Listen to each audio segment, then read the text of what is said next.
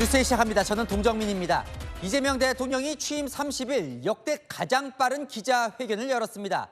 121분, 2시간 넘게 참석자들과 동일한 눈높이로 앉아 여러 질문을 받았는데요. 오늘 밝힌 국정운영 키워드는 모두의 성장이었습니다.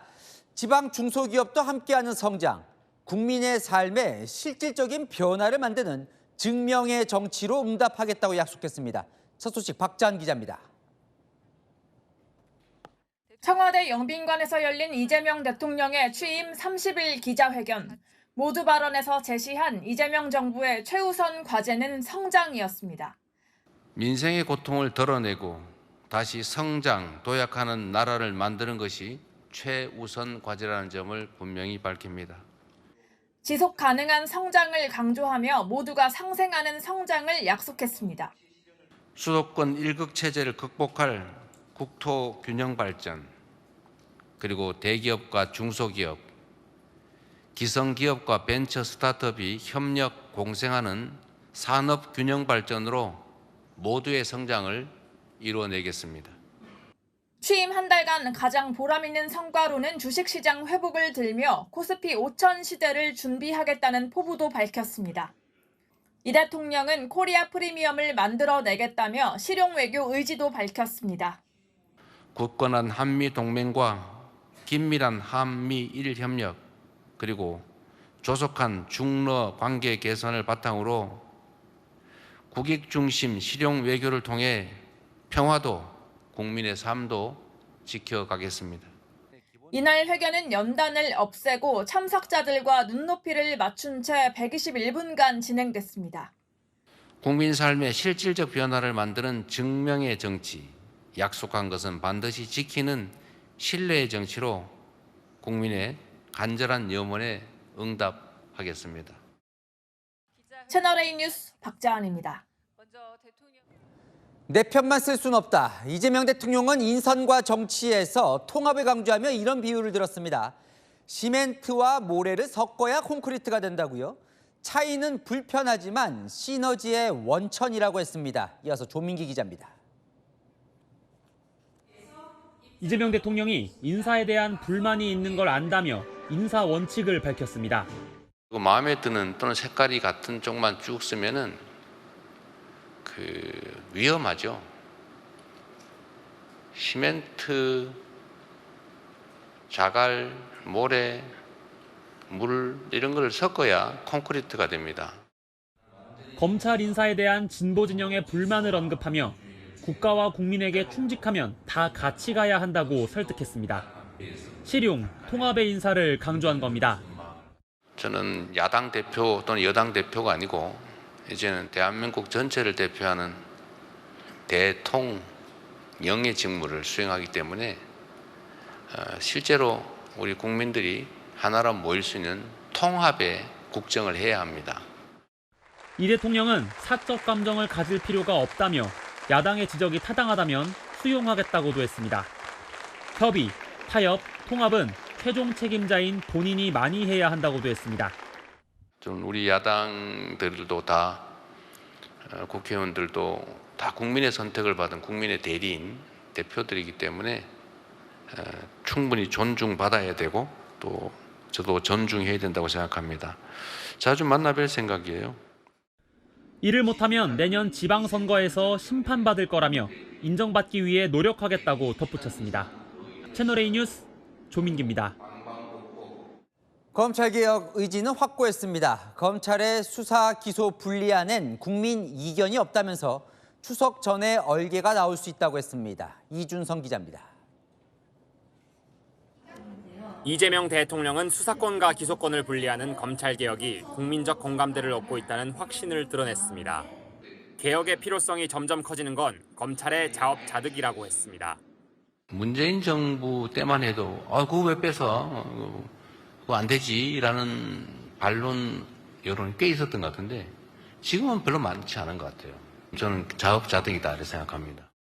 검찰개혁의 주체는 국회라는 점을 분명히 하며 법안 처리에 속도를 내는 당에 힘을 보탰습니다.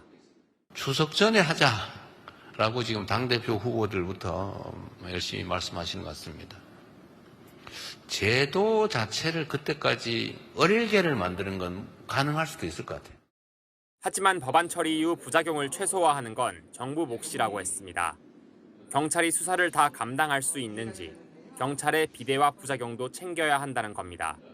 민정수석의 검찰 출신을 기용한 배경도 설명했습니다. 우리 정부에서 할 일은 그로 인한 갈등, 부작용 이런 걸 최소화하는 게 필요하죠. 대통령실 안에도 또 정부 안에도 또 검찰을 좀 잘 이해하는 사람이 맡는 게 좀 유용성이 있겠다. 이 대통령은 권력은 견제받는 게 좋다며 대통령 친인척 등 비위 행위를 감찰하는 특별감찰관 임명 추진을 지시했다고 밝혔습니다. 채널A 뉴스 이준성입니다. 자, 아는 기자 정치부 이동훈 차장 나와 있습니다. 이 차장이 오늘 기자회견에 직접 참석을 했는데 대통령이 인사할 때 뭐라고 하던데요, 이 차장에게? 네, 자리 추첨으로 기자들 자리가 정해졌는데요. 가장 앞자리에 뽑혀서 질문 기회를 얻을 수 있었습니다. 보시는 것처럼 이 대통령 입장할 때 악수했는데 맨 앞자리네 이렇게 말하더라고요. 네, 자, 이 차장 쭉 봤어요. 자, 취임 30일 오늘 기자회견을 관통하는 키워드가 뭡니까? 일 맡길만 하네. 모든 국민들에게 인정받고 싶다는 의지를 확실히 드러냈습니다. 선거 때 최악이 싫어서 차악을 투표한다는 말이 있잖아요. 이 대통령은 그런 이유로 자신을 지지한 사람들이 있다는 걸 안다면서 진짜 잘하네, 우리가 일 맡길만 하네라는 생각으로 바꾸도록 만들어내야 한다고 말했습니다. 대통령 취임 후 나온 여론조사를 볼까요? 잘하고 있다가 64%, 잘못하고 있다가 21%죠. 이 대통령은 자신을 지지하지 않는 21% 국민을 언급하면서 실적과 성과로 그분들의 진짜 삶을 개선해서 밉지만 괜찮네라고 생각할 수 있게 하겠다고 말했습니다. 문재인 전 대통령은 같은 시기 지지율이 80%대였다며 60%대는 높은 거 아니다, 겸손함도 보였습니다. 밉지만 괜찮네 이런 표현이 귀에 들어오는데 사실 성과라는 게 확실한 건 경제잖아요. 네, 이 대통령 30일 소회를 묻자 가장 먼저 코스피 3천 돌파를 꼽더라고요. 코스피 5천 시대도 준비하겠다고 했고요. 이 대통령 지지자가 아니더라도 환영할 만한 성과죠.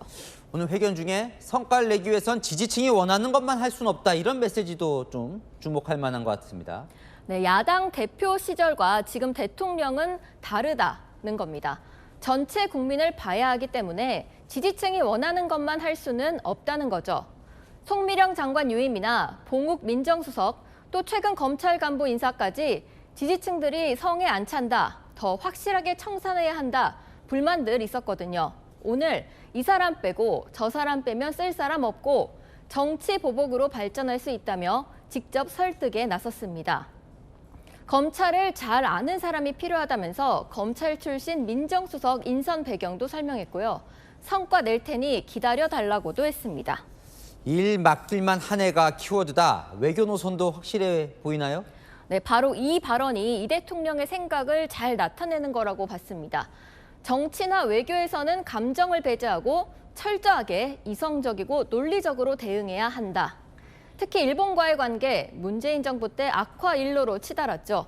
이 대통령 오늘 분명히 했습니다. 군사적, 전략적, 경제적 협력을 해야 하지만 과거사 같은 갈등 요소도 있다. 하지만 두 가지를 섞지 않겠다. 오른손으로 싸워도 왼손은 잡겠다고 했습니다. 또 하나 눈에 띄는 게 사실 문재인, 윤석열 두 전직 대통령이 안 한 건데 이 특별감찰관을 임명 추진하겠다고 했어요. 이건 어떤 맥락이에요? 네, 퇴임 후에도 성공한 대통령으로 남고 싶다는 거죠. 우리나라 대통령들 퇴임 후 대부분 검찰 수사 받았습니다. 본인이 직접 수사당하거나 가족 일로 엮여서 수사 대상이 됐는데요. 이 대통령 특별감찰관이 임명되면 불편하겠지만 제 가족과 가까운 사람들이 불행을 당하지 않도록 예방하는 게 중요한 것 같다고 했습니다. 가족과 최측근을 지금부터 단돌이 해둬야 퇴임 후 수사받는 걸 막을 수 있다고 본 겁니다. 자, 당장 내년 지방선거 얘기도 오늘 나왔어요. 결국 잘하냐 못하냐는 국민이 선거로 평가할 거다 이런 생각을 하는 것 같아요. 네, 지방선거는 간접적인 평가지만 3년 뒤 총선은 본격적인 중간평가다. 그리고 5년 뒤 이재명 정부가 성공하지 못하면 정권 교체될 수 있다고요. 반드시 성공한 대통령으로 국민들에게 인정받고 평가받고 싶다는 절실함을 보여준 기자회견으로 보였습니다. 잘 들었습니다. 하는 기자 이동훈 차장이었습니다.